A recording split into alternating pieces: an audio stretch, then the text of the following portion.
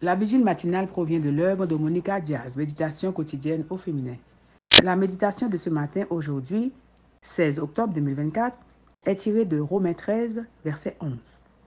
D'autant que vous savez en quel temps nous sommes, c'est l'heure de vous réveiller enfin du sommeil, car maintenant le salut est plus près de nous que lorsque nous avons cru. Mon urgence n'est pas votre urgence, page 298.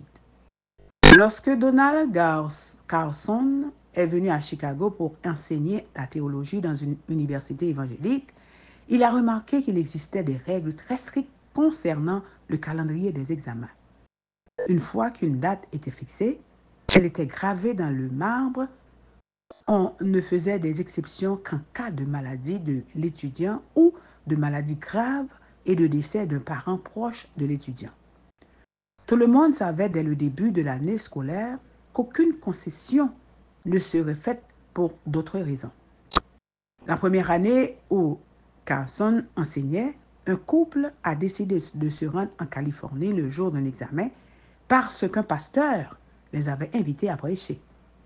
Ils ont acheté les billets d'avion sans demander la permission à Carson au préalable, pensant que le fait d'avoir les billets en main serait un moyen de faire pression sur lui pour qu'il leur permette de passer l'examen à une autre date. Mais ça n'a pas marché. La permission de passer l'examen un autre jour a été refusée. Et le couple était très contrarié de devoir renoncer à son voyage et de perdre l'argent qu'il avait dépensé.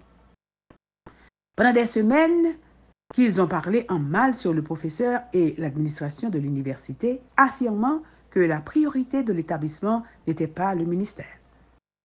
Le soir après l'examen, le couple est sorti prendre un verre et, assis à une table, a entendu les nouvelles à la télévision. Un avion s'était écrasé à l'aéroport de Chicago. Tous les passagers étaient morts.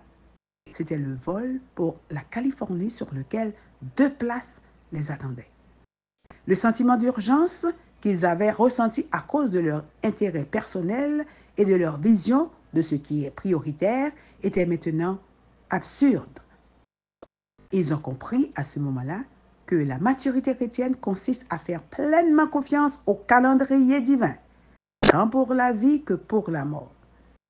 Je mentirais si je vous disais que mon sens de l'urgence dans la vie est basé sur les bonnes priorités.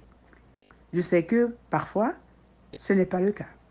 Mais je sais aussi que je dois être consciente que c'est une erreur que je dois corriger. Car si mon sentiment d'urgence est là où il doit être, mes priorités s'aligneront immédiatement en conséquence.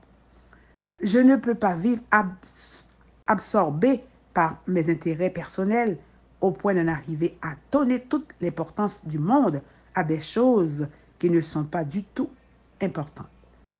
Parce que cette urgence égoïste me tuera intérieurement. Amen, amen, amen. Mon urgence n'est pas votre urgence. Que Dieu vous bénisse. Bonne journée.